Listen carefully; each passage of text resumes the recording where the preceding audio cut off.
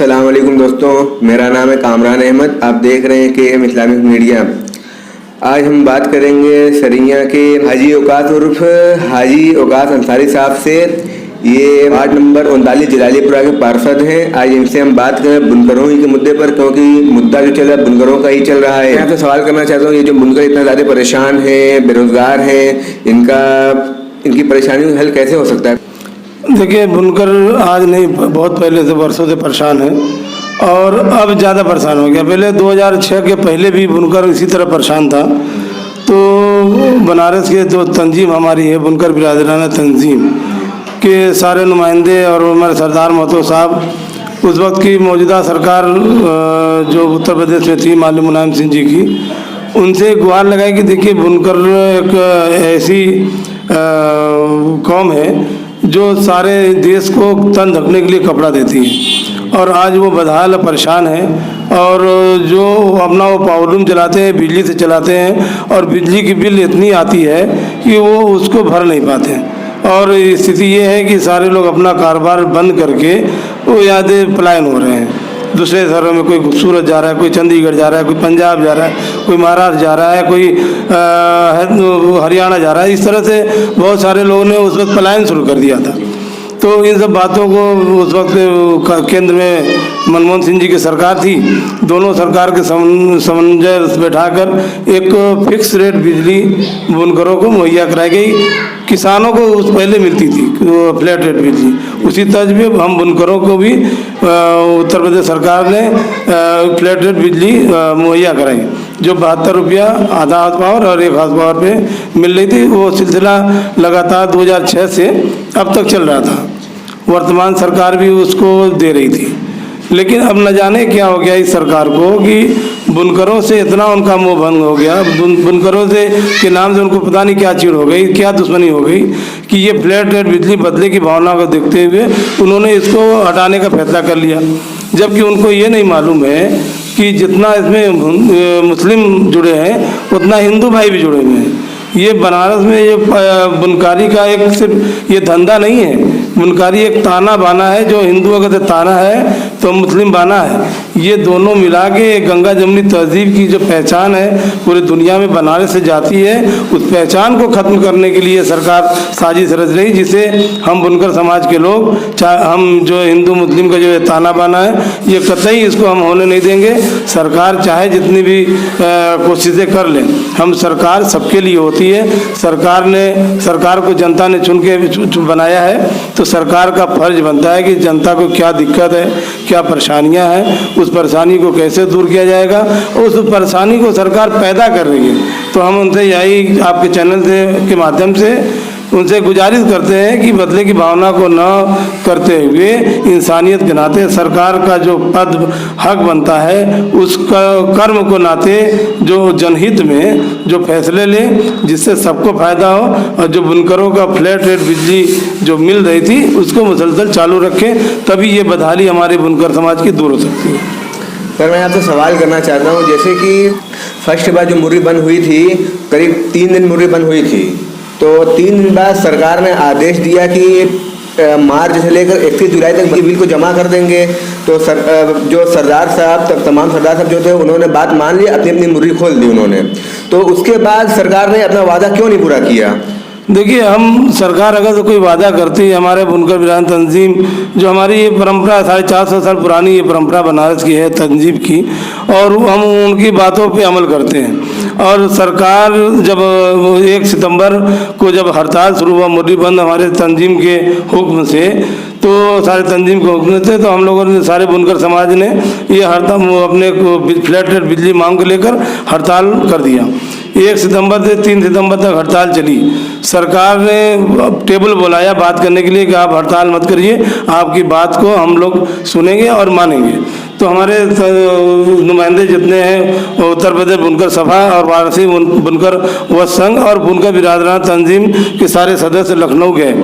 तो वहाँ पे सरकार ने बात से के नुमाइंदे नवनीत सहगल जी थे, उनसे बातचीत हुई, उन्होंने पूरी बात को माना क्योंकि देखिए आपकी बात को हम मानते हैं और 31 जुलाई तक की जो पुराने फ्लैट रेट व्यवस्था थी उसको हम वहाँ तक जमा करेंगे और 31 जुलाई के बाद से जो फ्लैट रेट व्यवस्था थी उससे बेहतर व्यवस्था हम आपको देंगे, फ्लैट रेट में ही देंगे लेकिन उससे बेहतर देंगे। उसको उनके वादे पे, उनके भरोसे पे, उनके आश्वासन पे हम लोगों ने बात को मानकर लब्बैक करते हुए अपनी हड़ताल को सारे लोगों ने ख़त्म किया तंजीम के कहने पे और सारे संगठन के कहने पे। क्योंकि देखिए अगर कोई आगे हमें विश्वास दिलाता है तो हम विश्वास ही कर सकते हैं, अगर अगला विश्वासघात किया तो वो उसकी जिम्मेदारी होती है। और सरकार ने विश्वासघात किया और वादा करके वादा खिलाफी किया, इसलिए 3 तारीख भी दोबारा हम लोग को हड़ताल पर जाना पड़ा। सर जैसे कि कुछ लोगों बीजेपी के कुछ आदमियों का कहना है कि 14 अक्टूबर को शासना आदेश आ गया था, तो शासना आदेश आ गया था तो सरकार जो सरदार साहब ने मुर्गी जो बंद किया वो गलत किया, इस पर आप क्या कहना चाहेंगे? जो 14 अक्टूबर को शासना आदेश आया, जब हम लोगों ने 13 अक्टूबर को उसके पहले हम सारे तंजीम की और सारे संगठन की बैठक हुई कि अगर सरकार को हम लोग मंगलवार को सरकार की कैबिनेट की बैठक होती है, कैबिनेट की बैठक हम लोगों ने 1 मंगलवार और 1 अक्टूबर को हम लोग यहाँ पे बैठक हुई है सुहालान में।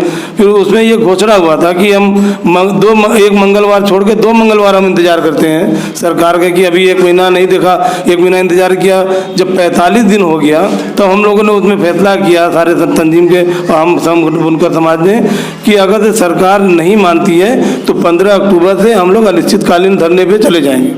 तो उसको देखते हुए सरकार के जो सचिव थे आनंद फानन में, उन्होंने शासना आदेश 14 अक्टूबर को जारी किया और ये भी गलत किया उन्होंने कि संविधान में कहीं नहीं लिखा कि शासनादेश अगर से एक लागू होता है तो उसमें एक ही आदेश लागू होता है। इस शासना आदेश में 14 अक्टूबर के शासना आदेश में सरकार ने 2 आदेश उसमें जारी किया।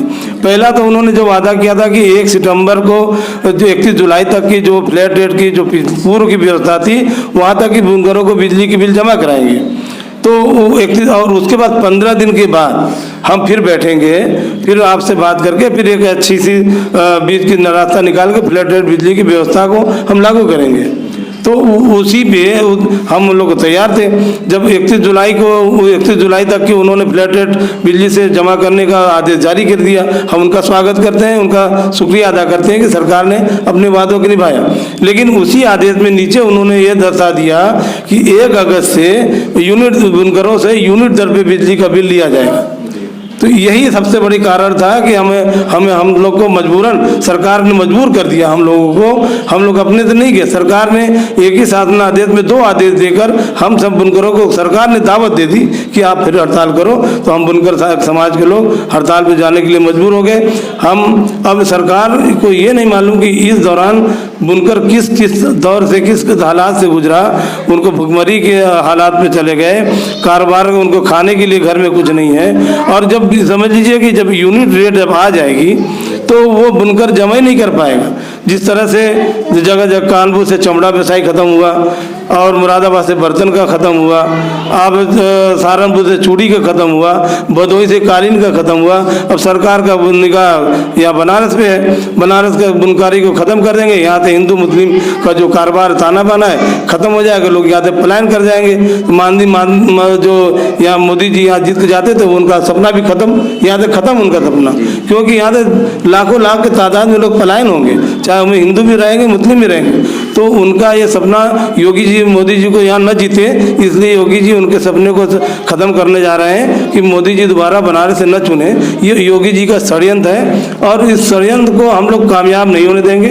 हमारा बुनकर समाज जो है बहुत ही मजबूर है और परेशान है। देखिए बुनकर समाज पढ़ा लिखा कम होता है और समाज में लोग चले जाए, यादव देख लीजिए, हरिजन देख लीजिए, गुर्जर देख लीजिए और जाट देख लीजिए, ये सब अपने नौकरी के लिए आरक्षण के लिए धरने प्रदर्शन लेके पूरा चक्का जाम, रेलवे लाइन जाम, सारे तरह के हरकंदे अपनाते हैं। हमारे बुनकर समाज ने कुछ किया? सरकारी संपत्ति को 1 रुपये का नुकसान नहीं होना दिया। अपने पेट पे पत्थर बांध के बुनकर समाज ने हड़ताल का ये आंदोलन किया है गांधीवादी तरीके से। और हम ये गांधीवादी तरीका हम जिस तरह से गांधी जी ने हमें संदेश दिया देशवासियों को, हम उनको संदेश पे चल रहे हैं, हम उनको लेके चल रहे हैं और अपने गांधीवादी तरीके से ये हड़ताल को जारी रख रहे हैं और आगे जरूरत पड़ी तो आगे भी जारी रखेंगे। सर मैं आपसे सवाल करना चाहता हूँ, जैसे कि सरदार साहब ने इतना धरना प्रदर्शन किया, कैंडल मार्च निकाला, तो क्या वजह है कि विपक्ष इतना ज़्यादा कमज़ोर पड़ गया है? सरकार उनकी बात नहीं मान रही है, बात उनकी सुन रही है, क्या वजह है फिर ऐसी? ये विपक्ष कमज़ोर नहीं, विपक्ष बौखलाई है। सारे जो मीडिया, हम तो बहुत बहुत धन्यवाद देना चाहेंगे मीडिया के साथियों को, चाहे प्रिंट मीडिया हो चाहे इलेक्ट्रॉनिक मीडिया हो, जिस तरह से जनता की आवाज़ को उन्होंने उजागर किया। सरकार हिली भी है, डरी हुई भी है, ये बस जिद पे अड़ी हुई है कि नहीं, हमें नहीं करना है। अब ऐसी जिद कैसी कि जो जनता एक बार देखती है, जैसे देखिए अब इनके जिद पे बिहार में चले गए ये लोग और इस तरह धीरे धीरे पूरे देश से खत्म हो जाएंगे। तो इसलिए हमें जिद पे, जो जिद पे जो कार्य कर रही है सरकार, वर्तमान सरकार उत्तर प्रदेश की, जिद को छोड़े और हमारी जिस तरह से हमारे तरह संजीव ने कैंडल मार्च निकाला, सांकेतिक धरने किए और परमिशन लेके शास्त्री घाट पे जिस तरह सरकार ने वहाँ चिन्हित किए, हम अपने मांग को गांधीवादी तरीके से मांग रहे हैं और ये हमारा हक है, हम कोई भीख नहीं मांग रहे। सरकार को हम टैक्स देते हैं, सबसे ज़्यादा राजस्व देते हैं। जीएसटी कपड़ों में पहले किसी तरह का, मैं आपको बताऊं कि किसी तरह के टैक्स नहीं था, लेकिन फिर भी सरकार ने जबरदस्ती जीएसटी कपड़ों पे थोपा। इसके पहले पूर्व में जब कांग्रेस की सरकार थी तो एक एक्साइज ड्यूटी लगी थी। एक्साइज ड्यूटी खाली लगी तो यहाँ के सारे तंजीम के लोग ने माननीय प्रधानमंत्री, उस वक्त प्रधानमंत्री मनमोहन सिंह जी थे, उनसे बात की।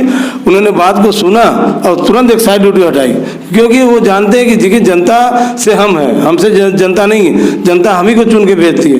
लेकिन वर्तमान सरकार ने तानाशाही रवैये से 8 तारीख को उन्होंने नोटबंदी कर दी रात में, फिर रात में जीएसटी लागू कर दिया, फिर उसके बाद इस तरह के सारे काम रात में होते गए, फिर काले कानून, अब ये हमारे समझ लीजिए जीएसटी लागू कर दिया। लेकिन हम बुनकरों ने उसको अपनाया।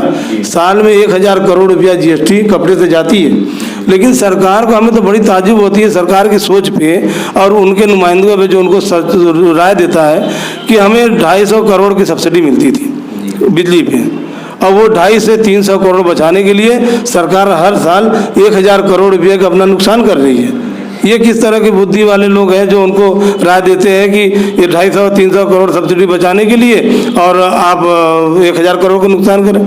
ठीक है, महंगाई बढ़ी है, किसानों का भी फ्लैट रेट बिजली बढ़ी है, तो हम भी देने के लिए तैयार हैं। दूना तिगुना कर लीजिए, चौगुना कर लीजिए, 72 से 300 कर लीजिए, हम देने के लिए तैयार हैं। कभी बुनकर पीछे नहीं हटा है। और लेकिन हम फ्लैट रेट एक व्यवस्था ऐसी है कि उससे सरकार को भी नुकसान नहीं होगा, हम बढ़ा के भी देंगे और हमारे बुनकर समाज को भी उसका फायदा होगा। और फिर जैसे मोदी जी कहते हैं कि सबका साथ, सबका विकास, सबका विश्वास, लेकिन हमें तो ये तीनों नहीं दिखता। सबका साथ नहीं है, हिंदू मुस्लिम अलग हो गया, सबको इस तरह बांट दिया गया, विश्वास किसी में ही नहीं है। आज रोजगार खत्म हो गया, सारे लोग भुखमरी के कांगार पे हैं, उनके विश्वास बात भी विश्वास करके, और सबको समझिए विश्वास में है ही नहीं है और सबका विकास है ही नहीं है। देश में विकास के नाम पे कुछ नहीं है। सर मैं आपसे आखिरी सवाल करना चाहता हूँ, जैसे कि कज़ाकपुरा जोन में जो बिजली जमा होती है, वहाँ पे बुनकरों से मार्च से लेकर जुलाई तक जो बिजली जमा हो रही है उसमें आरओडीओ अलग से चार्ज दे रहे हैं। वो किस लिए दे रहे हैं और लोग उसके लिए आवाज़ क्यों नहीं उठा रहे? जैसे आप लोग हैं और अदर पार्टी लोग, ये लोग आवाज़ क्यों नहीं उठाते उसके लिए? नहीं, अभी आवाज़ हम लोग परसों हम पार्षद के साथी हम सब लोग भी गए थे और तंजीम के सारे लोग भी गए थे। ये आरओडीओ दूसरा शासनादेश आया सरकार का कि उसमें साफ साफ लिखा है, उन्होंने आदेश दिया है कि बुनकरों से 31 जुलाई तक की जो फ्लैट रेट बिल जमा हो रही है वो उस पर किसी भी प्रकार का सरचार्ज नहीं लिया जाएगा। और ये बिजली विभाग के लोग सरकार के आदेश का भी उल्लंघन करते हुए, सरकार को आदेश को ताक में रखते हुए, सरकार को दरकिनार करते हुए बुनकरों को उत्पीड़न कर रहे हैं, शोषण कर रहे हैं और उनकी बिजली काट रहे हैं घर घर जाके।